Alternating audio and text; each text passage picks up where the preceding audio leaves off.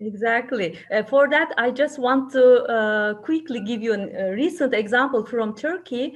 A couple of weeks ago, the artist, contemporary contemporary artist Alican Leblebici wanted to sell his work, and the collector proposed him, due to the pandemic, 50% discount. And the artist said, okay, you want the discount? Okay, so I will send you the work. But he sent the collector half of the painting. So that created a huge, a discussion around the art market in Turkey. And some people said, many people said that it's a very clever, brilliant act. And I said, now that this happened, this painting has a story. So many collectors wanted to buy the other half, and the story developed around an artwork. I think this is key about that. That story you just told me reminds me of a story that happened with Lucian Freud, the great British artist, the grandson of Sigmund Freud. Lucian Freud was always very, very slow at painting and doing his works of art. And I knew a top Argentinian collector who had, his dream was for Lucian Freud to do one of his portraits. And finally, Lucian Freud agreed to do it, because normally he would never do commissioned portraits. And then while he was sitting for Lucian Freud, he was trying to renegotiate the price for the painting. And then Lucian Freud was so upset that this collector was trying to renegotiate the price they had agreed, that he massively reduced the size of the painting. And then it nearly was just slightly larger than postcard size. And he cut the work just, you could not even see the full face, just with a close-up of the collector's face. And so it reminds me of that story. Oh, that's great. Now, coming back to the market, from your book and listening to you in your interviews, I understood that networking is key to succeed, for an artist as well as for a dealer. How to get this network? How do you do that? You're an excellent networker, I think. Tell us your secret.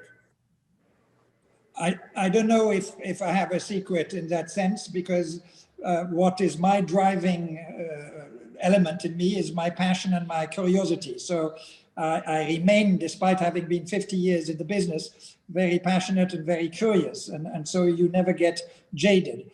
But we spoke about Banksy earlier, or we can take some other very successful artists like Andy Warhol, who was, brilliant at self-publicizing himself. And this possibly started with Picasso, because I knew David Douglas Duncan, who was this friend of Picasso and who did several photography books of photographs that he did of Picasso and his friends in his studio. And he told me that the very first time he went to Picasso in the south of France, and he came to his house, and then Picasso said, listen, why don't I need to take a bath? Why don't you come to the bathroom, and while I take my bath, you can start taking photographs. And so Picasso is sitting in his bathtub, and there was this photographer whom he had never known before that day, who was taking some amazing photographs. And I used to have it in my bathroom in Geneva, that particular photograph of Picasso taking a bath. But this shows the attitude of Picasso, who was on the cover of Paris Match, the main magazine, in the 60s and in France. So these were artists who were very good, not only at creating outstanding artwork, but who were very good at being, at publicizing themselves and becoming very widely known. Now, you have, of course, artists who are brilliant artists, but who don't have the personality of being extrovert or being able to publicize themselves. Those artists need even more a good dealer or a good gallery or a good museum curator who can do that work for them, so that they can really focus on creating good work and not having to focus on getting higher visibility in the art market. But artists use a lot of marketing tools. You know, we know Kunz with his extravagant exhibition with his ex-wife, Ciccolina, right? You don't think that these kind of moves had an important impact, for example, for Kunz as well?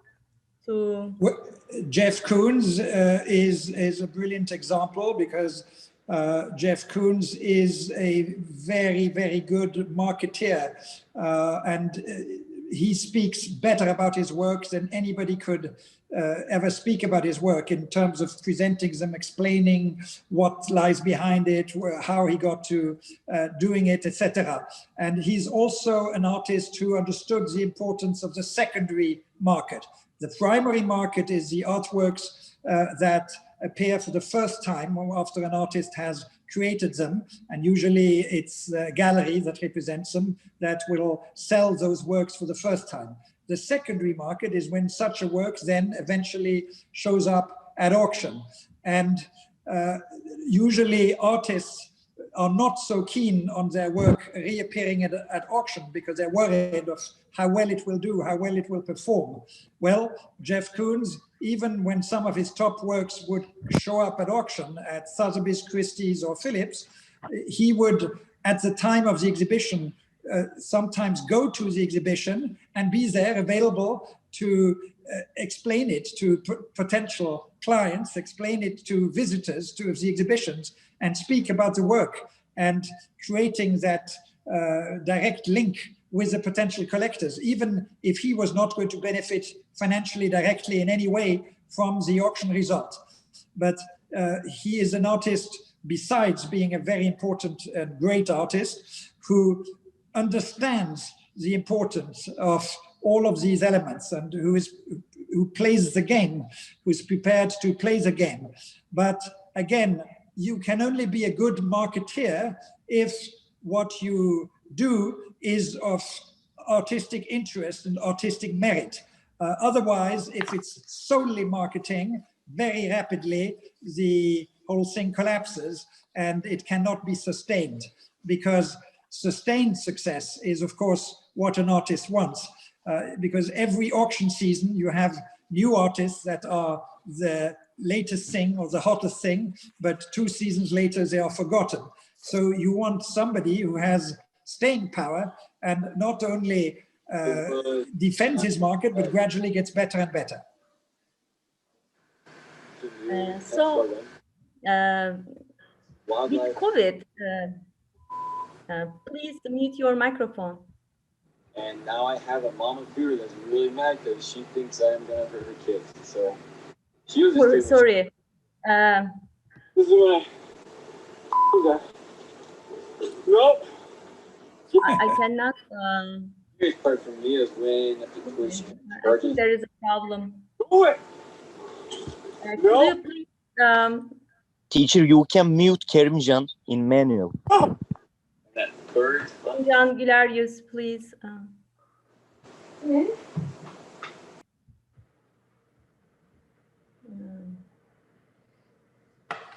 Okay, is it okay now? Yes, it sounds silent. Okay, great. Mr. de Pury, now we are living in different times with this COVID, and everything seems to turn around online. We see more and more online auctions, online viewing rooms. What do you think? Do you think that art market will proceed that way much faster? What do you think about room auctions, live auctions in big rooms? Do you think they will continue? No, I think yes. I think the auction market has greatly benefited in a way from what had happened with COVID, because the online auctions were very, very slow in developing. And in 6 months of COVID, the online auction market has developed faster than it did during 10 years before. The art market had been very to, but now it had to adapt. It had no other choice. And the main auction houses have had hugely successful sales with not a single person in the audience. And the main sale rooms of Sotheby's, Christie's and Phillips in New York, but also in London, have been transformed into something that looks like a TV studio, because you have all these different screens and you have the auctioneer standing behind the podium. And instead of reacting to an audience, he reacts to all these different screens, and there are cables all over the place on the floor, and they can conduct an auction just as well as if they have a live audience in the room. In fact, they do not need a live audience in the room. What you need is buyers, and these buyers, if they buy over the telephone or over the computer, that is fine, as long as they are there linked to the sale room. What has also changed dramatically is the amount of viewers who are following these auctions. While only a small number of people actually, participate and bid in these auctions, because at the top end of the market, the air is thin. However, I think the sale that Christie's did now on the 6th of October, which was hugely successful with beautiful works, with a world record on Cézanne work, watercolor, a fantastic Picasso of 1941 and some other top works. There were something like 285,000 people who followed it just on their screen in real time. And so that just shows the huge interest there is to follow these auctions, way beyond the amount of people who are bidding. And so I think you will see the auction houses professionalizing those auctions and making them more fun and more entertaining to watch, because now they're still a little boring actually to watch. And if you have so many viewers following it, you want to do showbiz, you want to make it entertaining and fun. And these auctions have the potential of being incredible spectators sport. And you could have, instead of 280,000 viewers, you could have literally millions of people around the world who would want to follow these auctions, because there's something electrifying about it. And I think we will see very rapid progress going towards that. So I know that you're on the online auction business of your own. Tell us a bit how it works, your own experience in this field before, after COVID, and. I do a lot of charity auctions, or if I say I did a lot of charity auctions pre-COVID. In 2019, I conducted 36 different charity galas around the world. And since COVID has started, I have only conducted 2 such galas. The main one being the Prince Albert II of Monaco Foundation benefit, which took place here on the 24th of September in Monaco, and which raised 16 million euros to save the global ocean and for the well-being of the planet. Now, these auctions happen live in a context where you have the viewers who are together physically in the same place and compete against each other in an old school way. That is, they see who they're bidding against, and that entices them to bid even more. But even those sales, we make them available also online, so that you can follow those in real time as well, and also that you can participate outside. So, for instance, I have an auction engine that is available, and I've done some auctions where, excuse me, I have to put the message away, where I have had the room competing, of course, with people outside who were following the auction in real time, either through the telephone or through that online engine. And also, so there is, you know, it just amplifies the possibility of doing auctions. So I think the hybrid model is the model that we will see now being the main model. Actually, this is what we were discussing also for education. You know, some courses will be in the campus, some courses will be online from now on. Even COVID will be eliminated now. And also, I want to mention here to my viewers and my students as well that you were in Istanbul for after this huge and sad earthquake killing more than 50,000 people. You came to this charity auction with Rafi Portakal. I just learned about that. Actually, I was not in Turkey. I was in Canada at that time, and you know, that touched me a lot because this was a very sad event, and you know, it shows your caring as well. You know, being with Turks. Well, maybe I can say a few words about that auction in particular. I have lost count how many auctions I have conducted in my lengthy career in the art world, but the Istanbul auction is one of the auctions that I remember with most emotion, and that has been one of the most meaningful auctions that I have ever conducted. The Istanbul Biennial had just started, and a friend of mine, Paolo Colombo, was the curator of that biennial. And I think it was one of the earliest Istanbul Biennial. And I had been to view it. It was sensational. I mean, a very great level, and top artists from all over the world had participated. And then the horrendous earthquake happened, and everybody was in a state of total shock about it. And the artists were the first to mobilize themselves very quickly, very rapidly. Literally 2 days after the auction, I was contacted by Paolo Colombo saying that all the artists wanted to do an important event in Istanbul.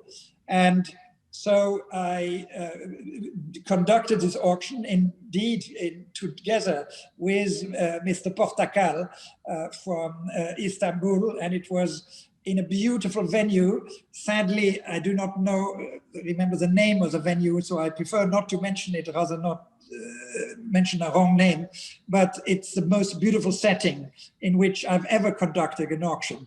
And there was a big installation by Ugo Rondinone behind the two pulpits with Mr. Portakal on one side and myself on the other side.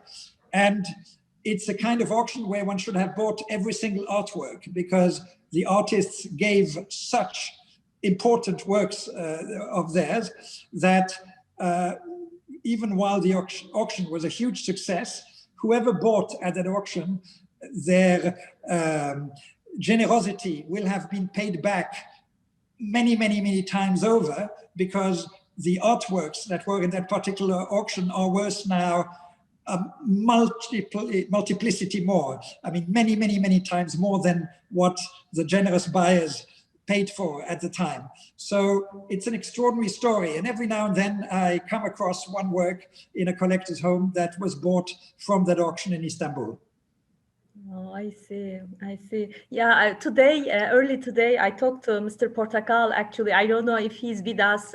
He wanted to be with us, but I think he had some urgency, so he sent his regards. Thank you so much. Mrs. Manassia also sent you her regards. I don't know if she's with us today. I haven't checked the list.